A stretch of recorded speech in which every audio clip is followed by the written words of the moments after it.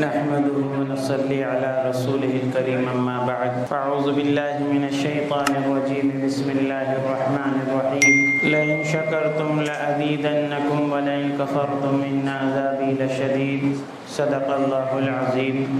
محترم عزیز بھائیوں اور محترم بہنوں، اللہ جل جلالہ وعظم والہ کا بہت بڑا کرم، فضل، انعام، احسان ہم سب پر یہ ہوا کہ اللہ پاک نے ہم کو رمضان کا مہینہ بھی دیا اور رمضان کے مہینے میں قرآن پاک سننے کی سعادت بھی عطا فرمائی۔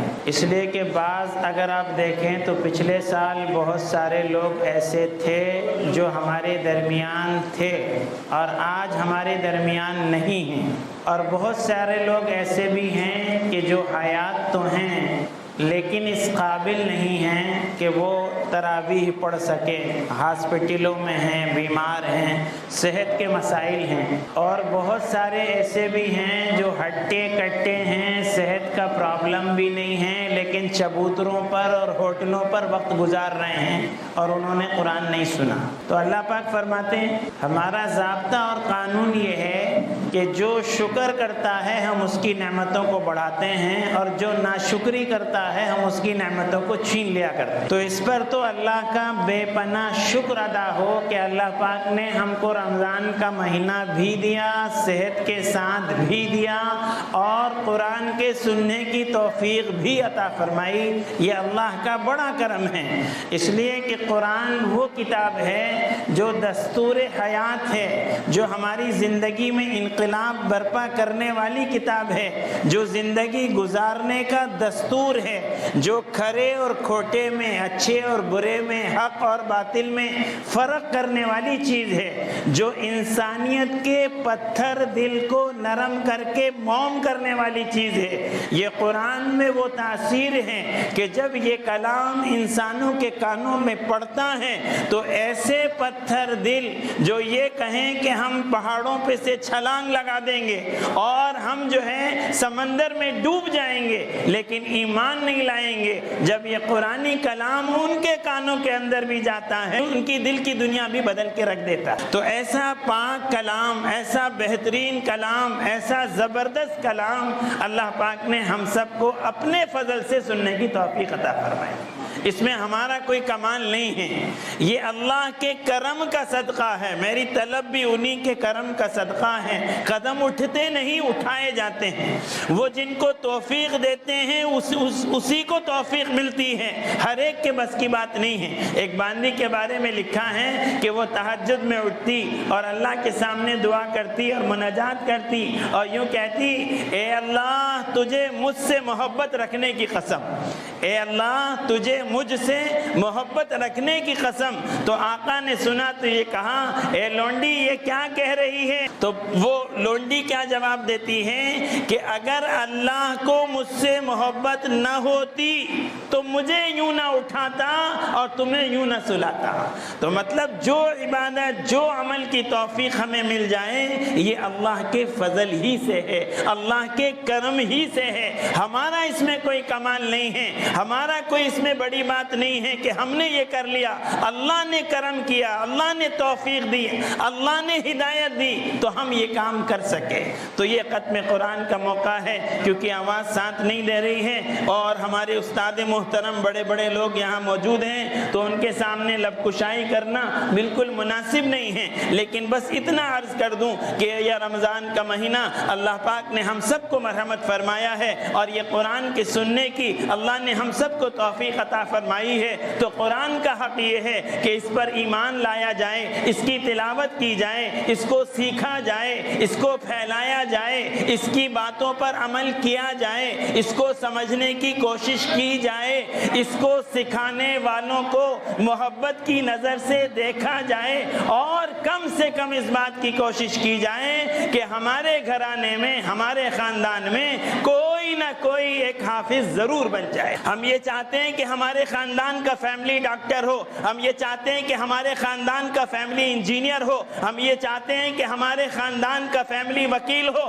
ہمیں اس کی بھی ضرورت ہے کہ ہمارے خاندان کا حافظ قرآن ہو، ہمارے خاندان کا عالم دین ہو، ہمارے خاندان کا آدمی ہماری دین کی رہبری کرنے والا ہو، اور ہمارے خاندان کا آدمی ہمیں دینی مسائل میں رہبری کرنے والا ہو۔ اس کی انتہائی ضرورت ہے۔ تو اس کی کوشش کی جائے کہ ہم میں سے ہر ایک قرآن کی اشاعت کے لیے جو کچھ کر سکتا ہو، جانی اعتبار سے، مالی اعتبار سے، وہ ضرور کرے، اس لیے کہ اللہ کا کلام باقی رہنے کے لیے ہے، ختم ہونے کے لیے نہیں ہے۔ اِنَّا نَحْنُ نَزَّلْنَا الذِّكْرَ وَإِنَّا لَهُ لَحَافِظُونَ، اللہ نے وعدہ کیا ہے کہ قرآن ہم نے نازل کیا ہے اور اس کی حفاظت کا انتظام ہم کریں گے۔ اللہ کا فضل ہے، 7 سال کے بچے اور 10 سال کے بچے قرآن کو حفظ کر رہے ہیں، یہ اللہ ہی کا کرم ہے کہ وہ آسان کرتا ہے اور ان کے سینوں میں قرآن کو اتار دیتا ہے، ورنہ اتنا آسان کام نہیں ہے کہ قرآن کا یاد کر لینا اور قرآن کا سنا۔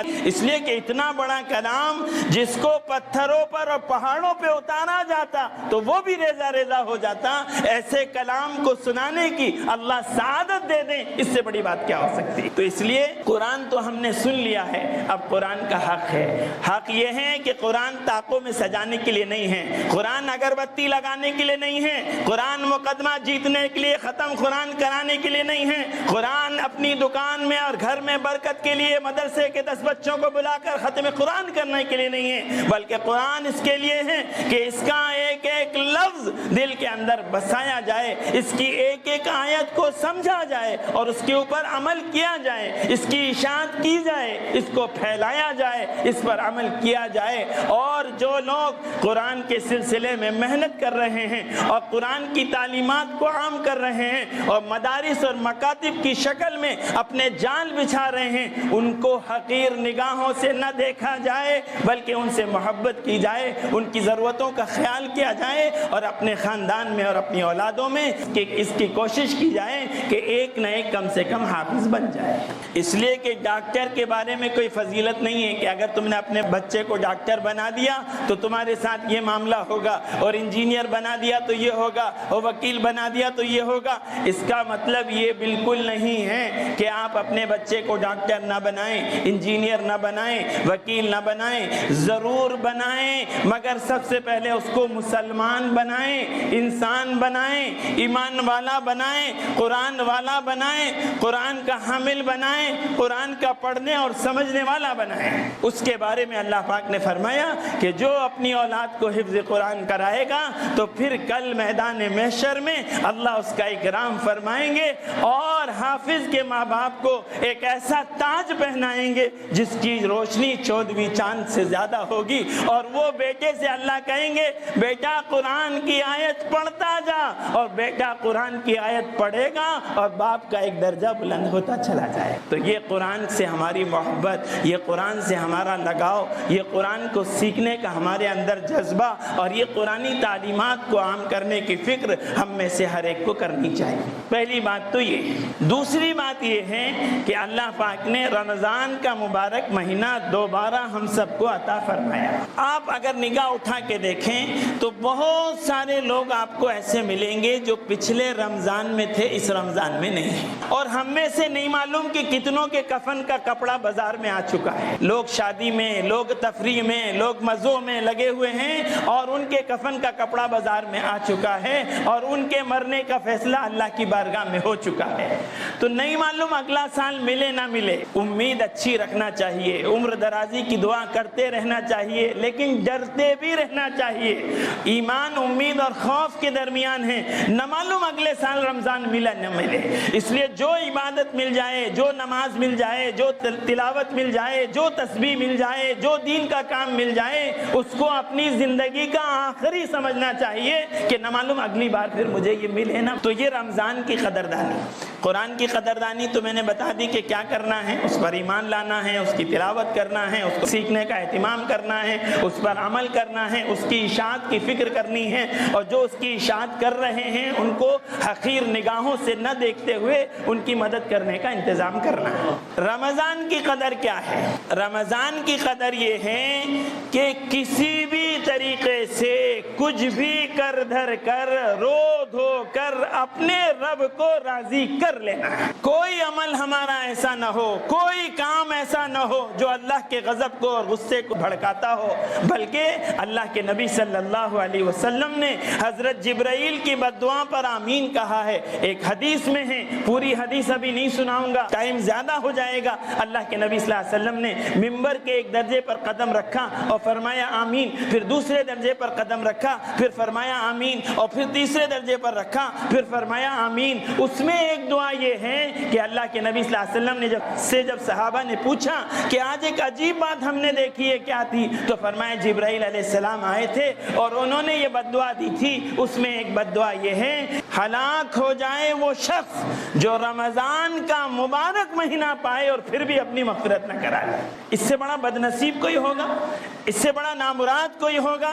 اس سے بڑا پاپی کوئی ہوگا کہ رمضان کا مہینہ ہے، جہنم کے دروازے بند ہیں، جنت کے دروازے کھلے ہوئے ہیں، ماحول تیار کیا جا رہا ہے، شیطان کو بیڑیاں ڈال کر قید کر دیا گیا ہے، نفس کو بھوکا رکھ کے کمزور کر دیا گیا ہے، ہر ایک کے سروں پر ٹوپی ہے، مساجدیں بھری پڑی ہوئی ہیں اور ایک ماحول تیار کیا گیا ہے، اور فرشتے روزے دار کی دعاؤں پر آمین کہہ رہے ہیں، اور اس کے باوجود بھی یہ اتنا پاپی، اتنا مجرم، اتنا ناکارہ، اتنا نکما کہ اتنا سب ہونے کے بعد بھی یہ اپنے رب کو راضی کرنے کو تیار نہیں ہے، یہ مسجد کو آنے کو تیار نہیں ہے، یہ اپنا سر جھکانے کو تیار نہیں ہے، یہ اپنے اللہ سے معافی مانگنے کو تیار نہیں۔ رمضان کا ایک عشرہ تقریباً ختم ہو گیا، 2 عشرے باقی ہیں، اس لیے میرے پیارے بھائیوں اور میری محترم بہنوں، ان دنوں کی قدر کی جائے۔ یہ رمضان کا مہینہ دسترخوان سجانے کے لیے نہیں ہے، یہ رمضان کا مہینہ زندگی کو سجانے کے لیے ہے، یہ رمضان کا مہینہ قسم قسم کی افطاری تیار کرنے کے لیے نہیں ہے، یہ رمضان کا مہینہ قسم قسم کے اعمال کر کے اپنے رب کو راضی کرنے کا۔ کبھی درود شریف پڑھ رہے ہوں، کبھی کلمہ طیبہ پڑھ رہے ہوں، کبھی استغفار پڑھ رہے ہوں، کبھی قرآن کی تلاوت کر رہے ہوں، کبھی حدیث پڑھ رہے ہوں، کبھی اللہ کے دین کی باتیں سن رہے ہوں، کبھی اللہ کے سامنے ہاتھ اٹھا کر اور گڑ گڑا کر رو کر اللہ سے معافی مانگ رہے ہوں، اس لیے کہ سب سے آسان کام اللہ کو منانا ہے، سب سے آسان کام اللہ کو منانا ہے، اس سے آسان کوئی کام نہیں۔ لیکن رب کو منانے جاؤ، کیا کہنا رب کے؟ وہ یہ کہتے ہیں اے میرے بندے، تو میری طرف 1 بالشاہ میں 2 بالشاہ آؤں گا، تو 1 ہاتھ آ میں 2 ہاتھ آؤں گا، تو چل کر آ میں دوڑ کر آؤں گا، اور میری عزت کی قسم جب تو میرے سامنے آنسو بہائے گا اور تیری آنکھ سے ایک مکھی کے سر کے برابر بھی آنسو نکل جائے گا، تو جیسا دودھ کا تھنوں میں جانا مشکل ہے ایسا تیرا جہنم میں جانا مشکل ہے۔ تو میرے سامنے آنسو بہا کر تو دیکھ، اور میرے کرم پہ قربان کہ میں تیرے گناہوں کو معاف نہیں کروں گا، بلکہ تیرے ہر گناہ کے بدلے میں ایک نیکی لکھ دوں گا۔ اس سے کریم کوئی ہو سکتا ہے؟ یا ایھا الانسان ما غرک بربک الکریم، اے انسانوں کس چیز نے تمہیں اپنے رب سے دھوکے میں ڈال رکھا ہے؟ اتنے کریم رب کو نہیں مناتے، اتنے کریم رب کی عبادت نہیں کرتے، حالانکہ سب اسی کا۔ میرا کیا ہے، کیا پدی اور کیا پدی کا شوروا؟ یہ آنکھوں میں دیکھنے کی طاقت کس نے دی ہے؟ یہ کانوں میں سننے کی طاقت کس نے دی ہے؟ یہ پیروں میں چلنے کی طاقت کس نے دی ہے؟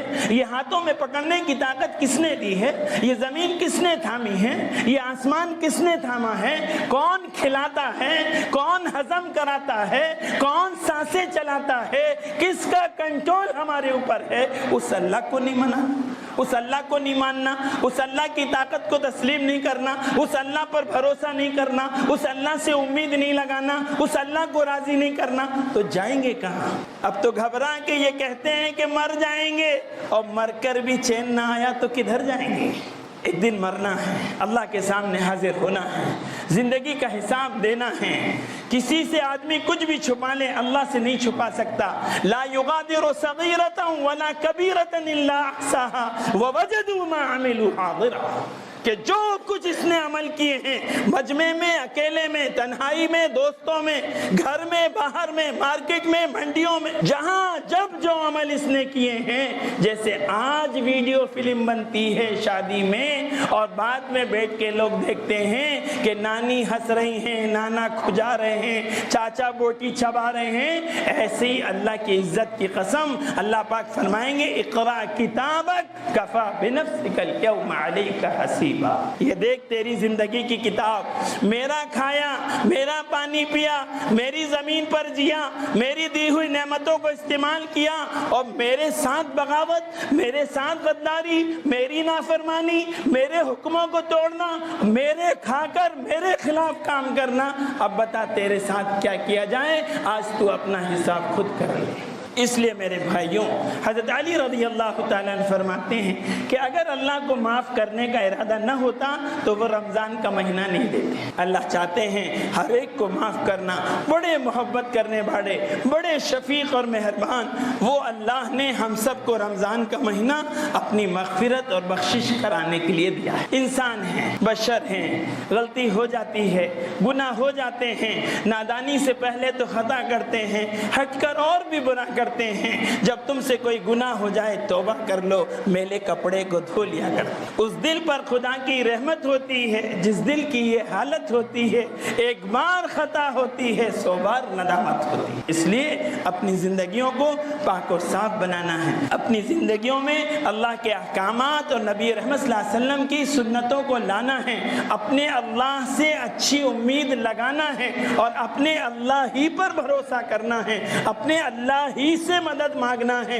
اللہ ہی کے سامنے سر جھکانا ہے، اللہ ہی کو اپنا حاجت روا، مشکل کشا، پالنہار، مسائل کا حل کرنے والا، کاموں کا بنانے والا سمجھنا ہے۔ حضرت موسیٰ علیہ السلام نے ایک مرتبہ اللہ پاک سے کہا کہ اللہ پاک سب سے مبغوض آدمی کون ہے اس کو دکھا دیجئے، یعنی جس پر آپ کا غضب نازل ہو، جس سے آپ ناراض ہوں۔ اللہ پاک نے فرمایا موسیٰ کل جب تم باہر نکلو تو پہلی نظر تمہاری جس پر پڑے گی بس وہی سب سے زیادہ اللہ کے غضب میں ہے۔ دوسرے دن پھر موسیٰ علیہ السلام نے دعا کی اللہ پاک سب سے محبوب بندہ کون ہے بتا دیجئے کہ جو آپ کی نظر میں سب سے محبوب ہو، تو فرمایا کل جب تم باہر نکلو گے اور سب سے پہلے تمہاری نظر پڑے گی جس پر، وہ اللہ کا سب سے محبوب بندہ ہے۔ موسیٰ علیہ السلام کیا دیکھتے ہیں، پہلے دن جو بندہ تھا دوسرے دن بھی وہی بندہ ہے۔ اب یہ حیران ہے ایسا کیسے ہو سکتا ہے کہ اللہ کا غضب بھی اس پر سب سے زیادہ اور اللہ کا محبوب بھی یہی سب سے زیادہ۔ تو پھر اللہ پاک نے فرمایا ہوا یہ کہ کل یہ اپنے ایک بچے کے ساتھ جا رہا تھا، اس کو کاندھے پر لے کر،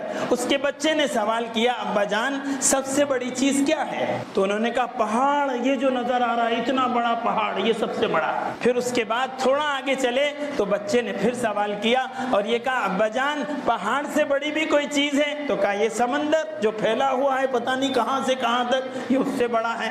پھر تھوڑے اور آگے چلے تو بچے نے پھر سوال کیا کہ ابا جان سمندر سے بھی بڑی کوئی چیز ہے؟ تو کہا زمین، وہ اس سے بڑی پھیلی ہے، اس سے زیادہ پھیلی ہے۔ اور پھر پوچھا ابا جان زمین سے بھی بڑی کوئی چیز ہے؟ کہ کہاں سورج، کہ وہ اس سے بھی بڑا ہے۔ پھر تھوڑی دیر بعد بچے نے سوال کیا کہ ابا جان سورج سے بڑی بھی کوئی چیز ہے؟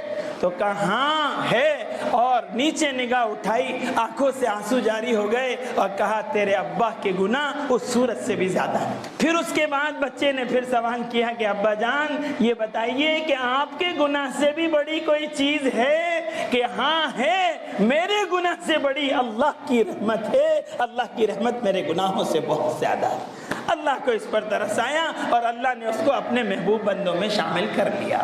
تو میرے بھائیوں اللہ پاک تو معافی کے لیے بہانے ڈھونڈتے ہیں، اس لیے ہمیشہ اس بات کی فکر کی جائے کہ اپنی فکر میں لگا جائے اور دوسروں کے بارے میں بدگمان نہ ہوا۔ ہماری سب سے بڑی پرابلم یہ ہے، سب سے بڑی مشکل یہ ہے کہ اپنی طرف تو نہیں دیکھتے اور زمانے کو دیکھتے رہتے ہیں کہ لوگ کیا کر رہے ہیں۔ بدگمانی خطرناک گناہ، بہت خطرناک گناہ ہے۔ بدگمانی جو ہے بڑے سے بڑے کمال کو زوال میں بدل دیتی ہے، اس لیے بدگمانی سے اپنے آپ کو بچانا چاہیے۔ دوسروں کے بارے میں غلط گمان نہ کرے۔ اگر آپ دوسروں کے بارے میں کوئی بات کہتے ہیں اور وہ بات اس کے اندر نہیں ہے تو قیامت کے دن اس وقت تک قدم نہیں ہلیں گے جب تک کہ آپ اس کو ثابت نہ کر دیں۔ اس لیے بدگمانی سے اپنے آپ کو بچانا چاہیے۔ ایک خلیفہ مراد ترکی میں گزرے ہیں، کتابوں میں یہ واقعہ لکھا ہے کہ ان کا معمول یہ تھا کہ وہ جو ہے رات میں نکلتے، گشت کرتے، اپنی رعایا کو دیکھتے کہ کوئی پریشان تو نہیں ہے، کوئی مصیبت میں تو نہیں ہے۔ تو نکلے تو کیا دیکھا، ایک آدمی ہے جو بالکل نزع کی حالت میں ہے، دم توڑ رہا ہے۔ اس کے پاس گئے، تھوڑا اس کو حرکت دی اور تھوڑی دیر میں اس کا انتقال ہو گیا، وہ ختم ہو گیا۔ اب معلوم کیا کہ یہ کون شخص ہے، کیا بات ہے، تو لوگ اس کے پاس آنے کو تیار نہیں ہوئے اور یہ کہا ارے یہ تو شرابی، گناہگار، زانی ہے، اس کے پاس کون جائے گا۔ خیر بہرحال وہ تو خلیفہ تھے، انہوں نے 2 لوگوں کو لیا اور لے کر اس کی باڈی کو اٹھایا اور وہ گھر تک پہنچے جہاں اس کا گھر تھا، اور پہنچنے کے بعد اندر سے بیوی نکل کر آئی تو بیوی نے یہ گواہی دی کہ یہ تو اللہ کا ولی ہے۔ تو خلیفہ مراد پریشان ہو گئے کہ یہ کیسے ہو سکتا ہے، لوگ تو کہہ رہے ہیں شرابی ہے، گناہگار ہے، اور یہ کہہ رہی ہے کہ یہ اللہ کا ولی ہے، اور عورت سے زیادہ کوئی اور جان نہیں سکتا۔ آدمی دنیا میں بہت بڑا مبلغ، مفسر بن کے پھرے، لیکن بیگم صاحب کے سامنے پورا معاملہ صحیح آ جاتا ہے۔ اس لیے فرمایا تم میں سب سے بہتر وہ ہے جو اپنے عورت کے لیے سب سے بہتر ہو، اپنے گھر والوں کے لیے سب سے بہتر ہو۔ اب یہ کرنا ہے کہ بدگمانی نہیں کرنا، کسی کے بارے میں غلط گمان نہیں کرنا، ہمیں کوئی حق نہیں پہنچتا کسی کے بارے میں بدگمانی کرنے کا۔ آج کے زمانے میں نیکی کرنے والے بہت ملیں گے، آپ کو تلاوت کرنے والے ملیں گے، نماز والے ملیں گے، روزے والے ملیں گے، عمرے والے ملیں گے، حج والے ملیں گے، اچھے اخلاق والے نہیں ملیں گے، صاف دل والے نہیں ملیں گے۔ اس کی سب سے زیادہ کمی ہے، اور مارکیٹ میں سب سے زیادہ اس کی ڈیمانڈ ہے کہ اچھے لوگ ملیں، ایماندار لوگ ملیں، صاف دل والے لوگ ملیں، تواضع والے لوگ ملیں، عاجزی اور انکساری والے لوگ ملیں، سخاوت والے لوگ ملیں۔ تو انہوں نے پوچھا کہ یہ بتاؤ کہ تم یہ کیسے کہہ رہی ہو، لوگ تو کہہ رہے ہیں یہ شرابی ہے، لوگ تو کہہ رہے ہیں یہ زانی ہے، اور تم یہ کہہ رہی ہو کہ یہ تو اللہ کا ولی ہے۔ تو اس نے یہ کہا کہ میرے میاں کا یہ معمول تھا کہ یہ مزدوری کرتے اور مزدوری کر کے پیسے لاتے، اور پیسے لانے کے بعد کیا کرتے، ایک دن شراب کی دکان پر جاتے اور ایک شراب کی بوتل خریدتے، اور وہ شراب کی بوتل خرید کے نالی میں بہا دیتے اور اللہ سے کہتے کہ اے اللہ آج میں نے یہ شراب کو کسی انسان کے منہ میں سے جانے سے بچا لیا۔ پھر اگلے دن کیا کرتے، وہ کوٹھے پہ جاتے جہاں دھندے والی عورتیں رہتی، اور وہاں جا کے اس عورت سے پوچھتے تیری آج کی قیمت کیا ہے، وہ قیمت اس عورت کو دیتے، دروازہ باہر سے بند کرتے، باہر مصلی بچھاتے اور اللہ کے سامنے ہاتھ اٹھاتے اور کہتے اے اللہ آج میں نے تیری ایک بندی کی عزت کو تار تار ہونے سے بچا لیا۔ تو اللہ کو ان کا یہ عمل اتنا پسند آیا۔ تو اس لیے میرے بھائیوں بدگمانی نہیں کرنا۔ عرض میں نے یہ کہا کہ قرآن کا حق ادا کرنا ہے، رمضان کا حق ادا کرنا ہے، اور بندے ہونے کا حق ادا کرنا ہے۔ ہم جو کچھ بھی ہیں سب بعد میں ہیں، سب سے پہلے اللہ کے بندے ہیں، نبی کے امتی ہیں۔ جیسے ہم یہ سوچتے ہیں کہ شوہر ہونے کے ناطے کیا کرنا چاہیے، بھائی ہونے کے ناطے کیا کرنا چاہیے، باپ ہونے کے ناطے کیا کرنا چاہیے، اسی طرح ہمیں یہ سوچنا چاہیے کہ اللہ کا بندہ ہونے کے ناطے ہمیں کیا کرنا چاہیے، نبی کا امتی ہونے کے ناطے کیا کرنا چاہیے۔ ہم سب کی 3 ذمہ داریاں ہیں۔ پہلی ذمہ داری یہ ہے کہ ہم سب اپنے ذات سے دین کو سیکھنے والے بنیں۔ دوسری ذمہ داری یہ ہے کہ ہم میں سے ہر ایک اپنی ذات سے دین پر چلنے والا بنے، اور تیسری ذمہ داری یہ ہے کہ ہم میں سے ہر ایک اپنی ذات سے دین کو پھیلانے والا بنے۔ اللہ کا ایک ایک بندہ، نبی کا ایک ایک امتی جہنم سے بچ جائے، جنت میں جانے والا بن جائے، اس کی زندگی پاک صاف ہو جائے، اس کا کمانا حلال کا ہو جائے، اس کی صحبتیں اچھی ہو جائے، اس کی زندگی میں اللہ کے حکم اور نبی کے احکامات آ جائیں۔ اس کے لیے میرا کوشش کرنا، اس کے پاس جانا، اس کی خوشامد کرنا، اس کی تھوڑیوں میں ہاتھ ڈالنا، ایسی مجلسوں میں، ایسی جماعتوں میں اور ایسی جگہوں پر اپنے آپ کو لے کر جانا جہاں قال اللہ قال الرسول کی باتیں ہوتی ہوں، اور جہاں انسانیت میں دین کو زندہ کرنے کی باتیں ہوتی ہیں۔ کریں گے انشاءاللہ۔ اب انشاءاللہ دعا کر لیں گے۔ دعا کے سلسلے میں یہ بات ذہن نشین کر لیں کہ اگر ہمارے ذہن میں یہ بات ہے کہ ہماری دعا قبول نہیں ہوتی ہے تو بالکل نہیں ہوتی، اس لیے کہ اللہ پاک بندے کے گمان کے ساتھ ہے۔ یہ بالکل بیکار کی 3rd کلاس بات ہے کہ اللہ ہماری سنتے نہیں، تمہاری موڑتے نہیں، ایسا کچھ نہیں۔ اللہ پاک بندے کے دل کی آواز کو سنتے ہیں، جو بات دل سے نکلتی ہے اثر رکھتی ہے، پر نہیں طاقت پرواز مگر رکھتی ہے۔ اگر دل سے آدمی اللہ کو پکارے، کسی لینگویج میں پکارے، کسی اسٹائل میں پکارے، کتنے ہی گناہ کرنے کے بعد پکارے، لیکن اگر سچی نیت سے پکارے کہ اللہ میں بہت پاپی ہوں، گناہ گار ہوں، خطا کار ہوں، لیکن مولا تیرا بندہ ہوں، کتنا ہی گندا کیوں نہ ہوں، بندہ آپ ہی کا ہوں، اللہ آپ کے در پر آیا ہوں، آپ کے سامنے ہاتھ پھیلا رہا ہوں، میرے ہاتھ کو خالی نہ لوٹا، تو پھر اللہ اس کے ہاتھ کو خالی نہیں ہوتا۔ پورے یقین کے ساتھ دعا مانگیں، اس طرح بیٹھیں جس طرح نماز میں بیٹھتے ہیں، اور درود شریف